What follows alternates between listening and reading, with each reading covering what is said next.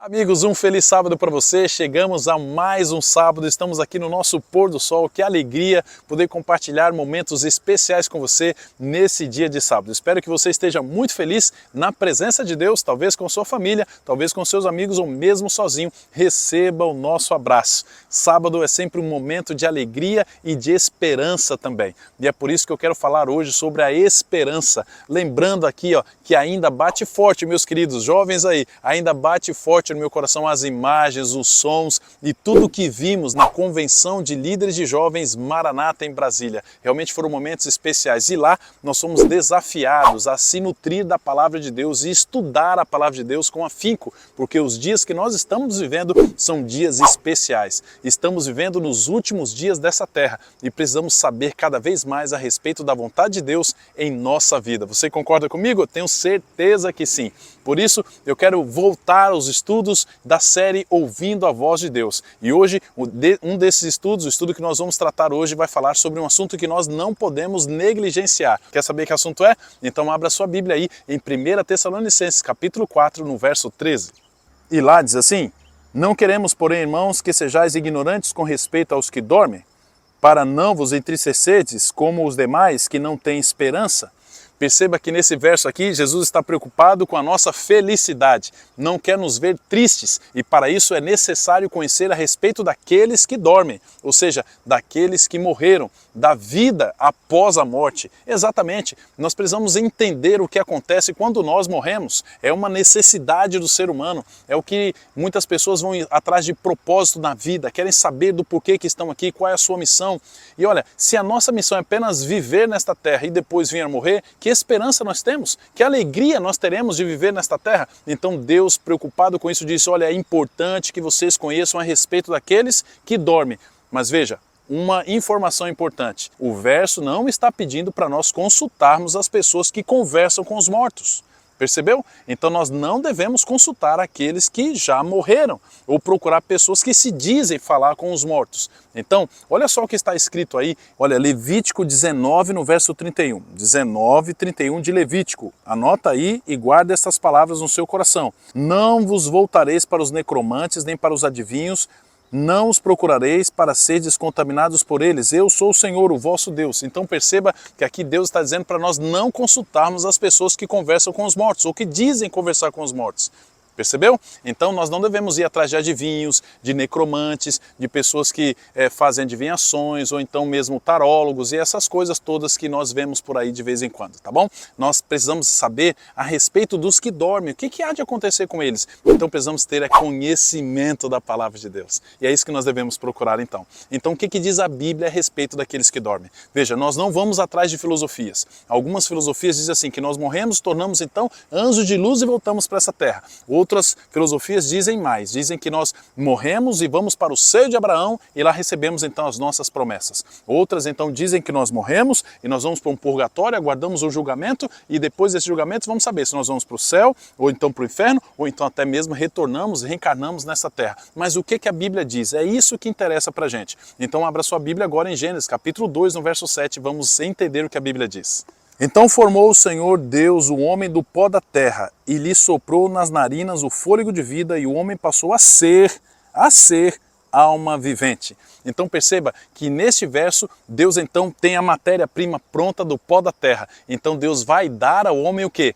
Vai dar o fôlego de vida. Então Deus sopra na narina do homem. E quando ele sopra, o homem passa a ser, então, alma vivente. Viu? Veja, ser e ter é diferente. O homem não tem uma alma. O homem passa a ser uma alma. Ou seja, você e eu somos uma alma.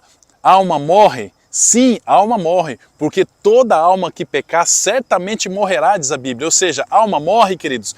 A alma morre ou não morre? Morre porque você é uma alma, eu sou uma alma. E se nós ficarmos doentes, ou acontecer um acidente, ou alguma coisa, a tragédia acontecer, nós também morreremos, ou seja, a alma morreu. Quando alguém é batizado, a gente brinca assim, olha, uma alma aceitou Jesus como Salvador pessoal. E olha só o que diz Eclesiastes, capítulo 9, no verso 5. Porque os vivos sabem quem hão de morrer, mas os mortos não sabem de coisa nenhuma, nem tampouco terão recompensa, porque a sua memória jaz no esquecimento. Amor, ódio, inveja para eles já pereceram, para sempre não tem eles parte em coisa alguma do que se faz debaixo do sol. Perceberam? Aqui Salomão está dizendo que aqueles que já morreram não têm nenhuma recompensa, não sabem de nada do que está acontecendo, não tem mais sentimentos, não tem amor, não tem ódio, não tem nada disso. Tudo isso para eles já passaram, nem memória eles têm mais. Sabe por quê? Porque eles estão dormindo. A Bíblia compara a morte com o sono. Não tem mais sentimentos, não sabem do que estão acontecendo. Igual a gente quando está dormindo. Nós, quando ainda estamos dormindo, temos uma atividade no nosso cérebro, né? Não, deles apagou completamente. Queridos, mas todo aquele que dorme uma hora, acorda. Eclesiastes ainda vai dizer assim, ó, que quando nós morremos, nós voltamos para o pó da terra e o Espírito volta a Deus que o deu. E alguns falam assim, tá vendo? O Espírito volta a Deus que o deu, então é a alma que sai da gente e volta para Deus. Não, sabe o que está dizendo ali? A palavra Espírito em hebraico é a palavra rua, e a palavra rua também pode ser traduzida como fôlego de vida. Ou seja, a melhor tradução seria que nós fomos formados ao pó da terra, então quando nós morremos, voltamos ao pó da terra e depois então nosso fôlego de vida volta para Deus. É aquele último suspiro. Amigos, eu estou falando da morte com esse sorriso assim no rosto, sabe por quê? Porque Deus não quer que você se entristeça com a morte. Deus quer que você tenha esperança. É isso mesmo, queridos. A morte é uma intrusa nesta terra.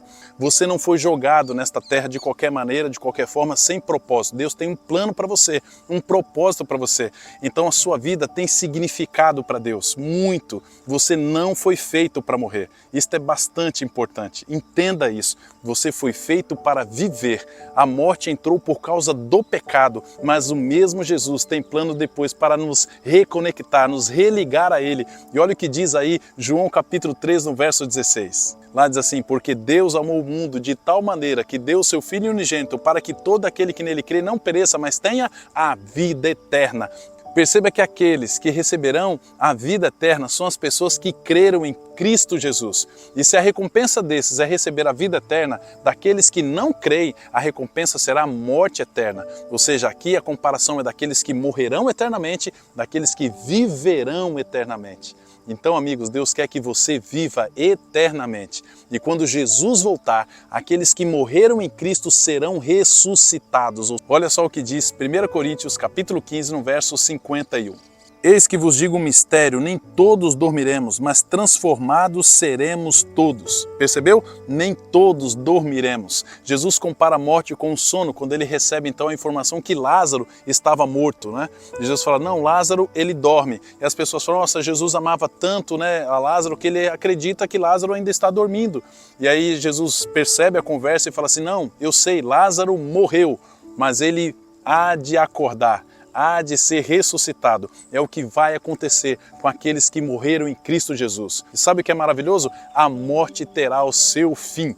É isso aí, meus queridos. Olha o que diz aí agora na continuação do verso, lá no verso 54. Olha o que diz. E quando este corpo corruptível se revestir da incorruptibilidade e o que é mortal se revestir da imortalidade, então se cumprirá a palavra que está escrita. Tragada foi a morte pela vitória. Onde está a morte, a tua vitória? Onde está a morte, o teu aguilhão? O aguilhão da morte é o pecado, e a força do pecado é a lei. Graças a Deus que nos dá a vitória por intermédio de nosso Senhor Jesus Cristo.